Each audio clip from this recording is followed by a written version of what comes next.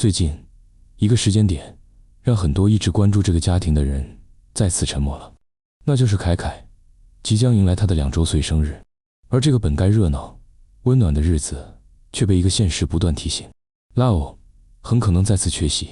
2周岁对一个孩子意味着什么？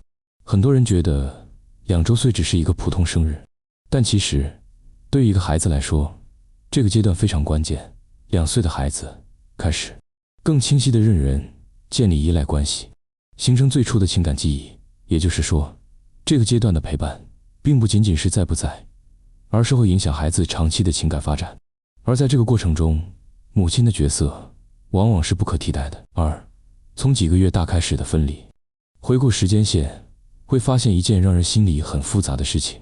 凯凯在几个月大的时候，母亲拉乌就前往了坦桑尼亚。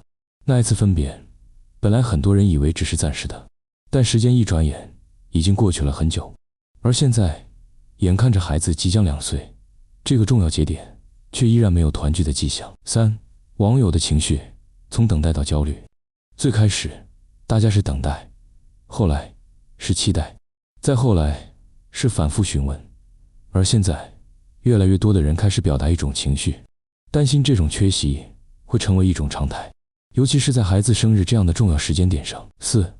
为什么生日会被特别放大？因为生日不仅仅是一个日期，它代表的是成长的节点、家庭的团聚、情感的确认。对于孩子来说，也许他还不能完全理解生日的意义，但对于大人来说，这是一个非常重要的象征。所以当大家意识到母亲可能再次缺席这个节点时，情绪自然会被放大。有人提出了一个解决方式。在这种情绪之下，评论区出现了一个声音：给中国大使馆写信。一些网友认为，只要足够多人表达诉求，也许可以引起关注，从而帮助拉欧回到中国。这个想法迅速在一部分人中传播开来。这个想法现实吗？这里需要非常理性的看待。大使馆的职责主要是处理外交事务，提供领事服务，协助公民权益，但关于签证、出入境、法律限制等问题，往往涉及更复杂的政策和程序，并不是单纯通过写信数量就可以改变的。因此，从现实角度来说，写信可以表达情绪，但未必能直接改变结果。但这种呼声背后是真实的情感。虽然方法未必有效，但这种呼声本身说明了一件事：大家真的很在意这个孩子，不是单纯围观，而是产生了一种代入感。很多人把凯凯的处境放在一个更普遍的情感框架里去理解。孩子与母亲分离，成长缺少关键陪伴，重要时刻无人共享，这种共鸣是非常真实的。长期分离对孩子意味着什么？从儿童发展角度来看，长期分离确实会带来一些影响，例如情感依附的变化，对主要照顾者的依赖转移，对母亲角色的模糊认知。当然，这并不意味着一定会产生负面结果，因为孩子也可以在其他照顾中建立安全感。但不可否认的是，母亲的缺席本身就是一种缺失。现在的问题不只是能不能回来，很多人把焦点放在拉欧能不能回来，但其实更深层的问题是，这个家庭未来的安排是什么？是长期分开，还是有明确的团聚计划？孩子的成长环境会如何调整？这些才是决定孩子未来的重要因素。理性与情感之间需要找到平衡。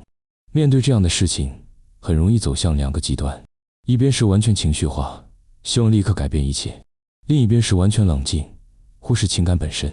但更合理的方式应该是既看到现实限制，也理解情感需求。如果无法改变现实，什么才最重要？如果短期内确实无法团聚，那么更重要的是如何弥补这种缺席，例如更频繁的视频沟通，更稳定的情感连接，更明确的未来计划。这些都是可以在现实条件下做到的。结语：一个生日折射的是更大的问题。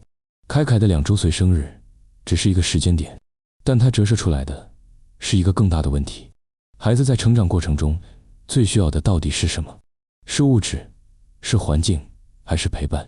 也许答案并不复杂。对于一个2岁的孩子来说，最重要的始终是那几个最简单的东西：有人抱，有人回应，有人在重要时刻出现。最后，无论结果如何，大家的期待其实很一致，希望在未来的某一天，凯凯的生日不再只是一个被讨论的节点，而是真正的一家人团聚的时刻。